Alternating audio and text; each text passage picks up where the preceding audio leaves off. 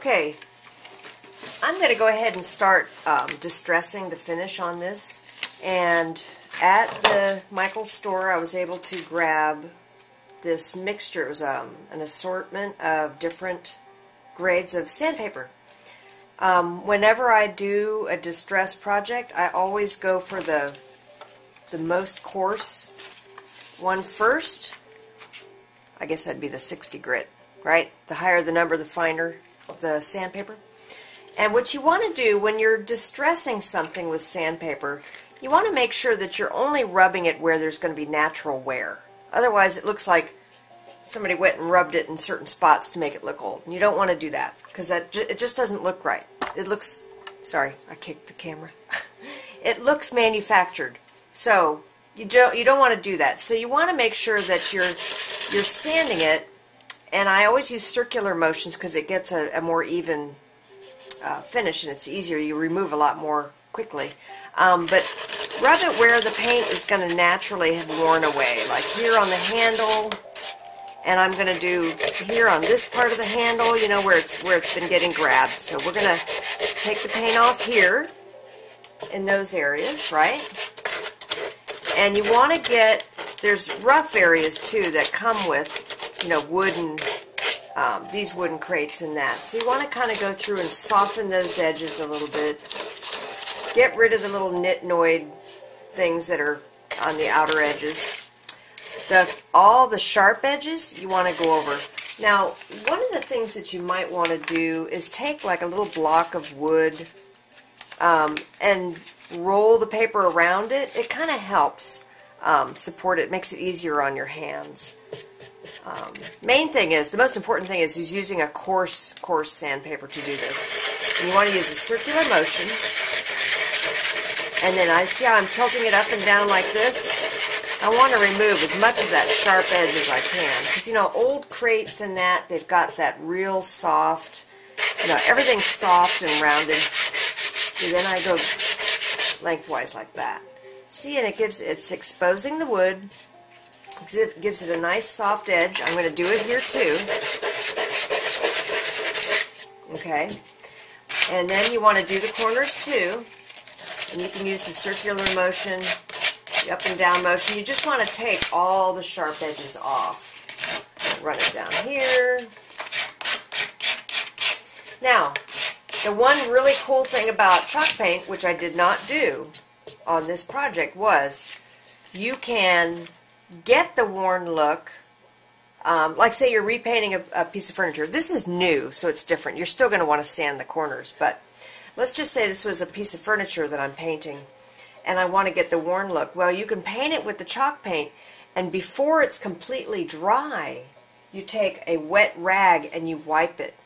And what that'll do is it'll take the paint off, and it'll give it a nice soft blend. The chalk paint really is a neat thing to work with. You can do a lot of nice stuff with it. You get a nice finish. So that's one of the techniques that you can use. That's if the edges are already rounded, like say painting a piece of furniture or something that's been painted already. You take it a wet rag before it's completely dry, and you can rub it, and it'll remove that paint, and it'll give you a really nice soft look. So that's one of the tricks. But since this is a new piece of wood, and all the edges are sharp, you know, and I didn't sand it before I painted it, you're going to have to go ahead and go through with your coarse sandpaper first and get that nice soft edge. You're going to want to do the inside too. You're going to want to wear the corners more so than the middle areas. You really don't, you know, you're going to get the edges off, like I said. Sand off as much paint as you want. The more time you spend on it, the more detail it's going to have. So don't rush it. Don't feel like you have to sand everything, but you want to take that paint off where it's going to have that natural wear. Okay? That's going to take a while. I'm not going to record all of this, but I wanted to show you what the next step in the process was, and that's taking the paint off and taking the sharp edges down so that you get that nice soft aged look. Okay? And then we'll go on to the next step.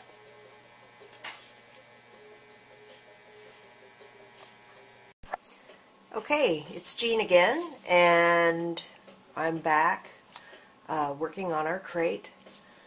This is the side that you've already seen. We did the stencil, we did the scrape paint over the top to make it look old. The next step after this, after you let it dry real good, is you go through with the sandpaper, and I've done that. I did all my little edges.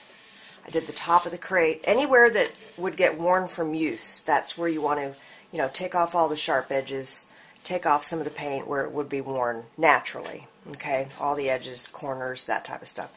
You don't really want to do sanding in the middle here because that doesn't really get worn. You don't want to make it look like it's contrived, I guess is the best word. So anyway, here's the crate ready for the stain. The next step is the stain. Here's the side where I did the scrape paint. I did a couple layers of that just to get a lot more interesting texture done. And then this is what it looks like after you add the brown wax. I call it a stain, but it's a wax. And they have it at Michael's. It's the Americana Decor Cream Wax, and it's the brown, the deep brown. And this just gives it that really nice old finished look. I love this product. It's the first time that I've used it. I usually use an oil-based wax, but this is really nice because it's water-based and it doesn't have any scent at all. So it's really super, super nice. Now on this end, what I did was I used an old rag. I just used an old rag and I dipped it in the stain. I shook it. I usually work off the lid for stuff like this. And I dipped it in, and then I rubbed it. Now, the key to putting the stain on, or the wax, I'm sorry, I keep calling it stain. I usually use a stain. The key to adding the wax is get it in all the nooks and crannies, because you want to have that brown catch in all the recessed areas. See, and then it shows all this detail. I'm not sure just how much of this you can see, but where I did the scraped paint, see how it's lighter? Because it was more of a flat, solid application of paint. So there's more texture to it. Then what I did was I took my paintbrush, and this is a technique that I used with my mom years ago when we used to do little wooden cutout figures. You take the wax, and you dip the tip of a toothbrush in there, and you spatter it. Okay? I did this, and there were some spots that were a little bit heavy. You don't want to do an overall even pattern, and you don't want spots that are too heavy. See how this is fairly heavy, but then, there aren't any spots like, say, in this area, but they come across here, there's some down here. You kind of want it random. If it gets heavy, or if you get a splatter that's like a big spot, it wipes off. Wipe it before it dries, and it comes right off. It's really, really nice. Now, one of the things, too, that you can do, if the brown wax is a little bit too heavy, you can go back over the top with the clear wax. This is the clear one. And you put that on a rag, and you can rub it again, and it'll brighten this up a little bit if you want. Like if there's certain areas that you want to kind of remove some of the brown, you use the clear to do that. Okay? And here is the side.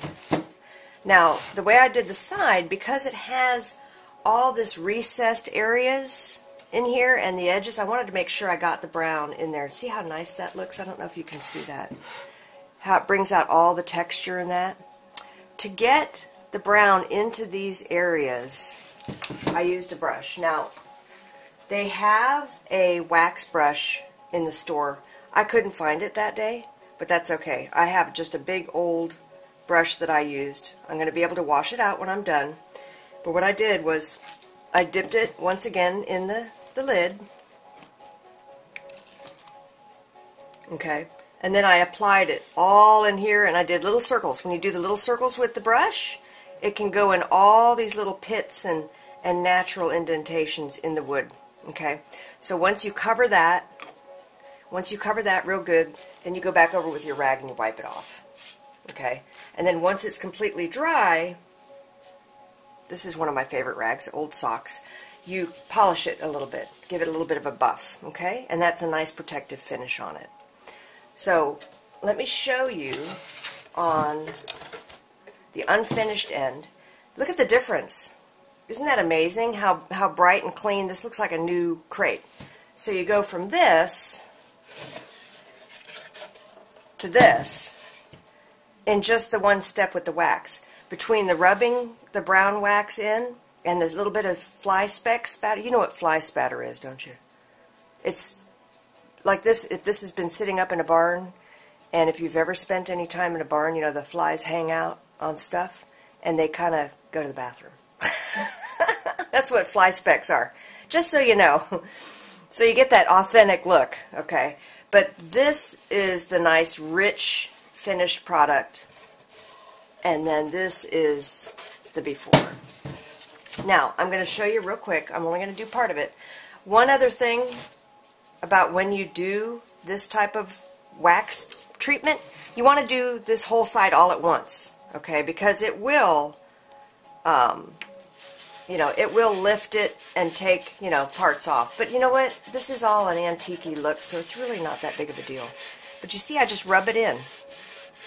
Look at that. Look at how the texture's coming out. You can see where I layered that paint. Isn't that cool? So you can use the rag, and you can use the brush if you want to get in the nooks and crannies. If you're having trouble with that, you can.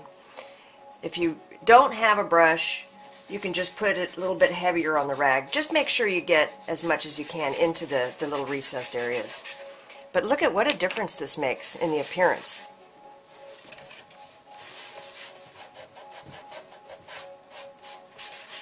Okay?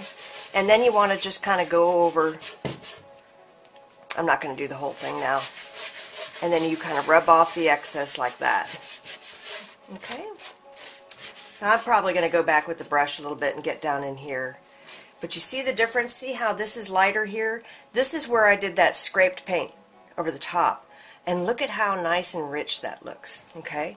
And then the next step, and I'm just going to do the half, is that little bit of fly specking. See that?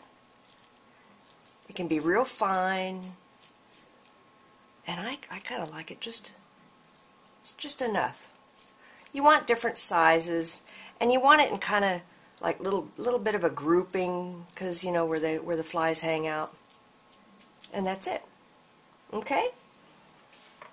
That's for the flat side. For this side, we're going to use the brush, and I dip it out of the lid, and then I put it on with the brush, and then I do the circles. This way I get down in. See how I'm getting down in this area here? Get it on the ends, get it on the top of the slats. Don't worry so much about the bottom because you don't see that. Okay? And little circles like that. Then you go back with your rag, and you wipe it along with the grain. And see, when you go with the grain, see, that helps, that leaves it in those recessed areas. See how cool? And see, so this is cleaner looking than just that original first layer. And that's what you want. That's why it's important to do several different paint techniques, several different layers. Then you get all this rich texture. Okay? And that's it. Now, the next step, they do call for the clear wax. I like how dark this has turned out. I might go back over it again. And then the kit comes with a varnish also. Let's see, where is that? Now that's paint. It's over there. This is a varnish. It's a matte varnish, so you'll still retain that flat finish, but it'll just protect the finish even more. Okay, so that's what I'm going to be doing. After this is completely dry and I'm happy with the way it looks, then I'll go back over with the Americana Decor varnish. And that's it. Then you've got this really nice vintage looking crate. So I'm going to be doing a demo on these at the Michaels store in Merritt Island. And I can't wait. If you can come out there and see it, fine. If not, I'm going to have all this information on the site so you can get together the stuff that you need and you can make your own. And talk with you later.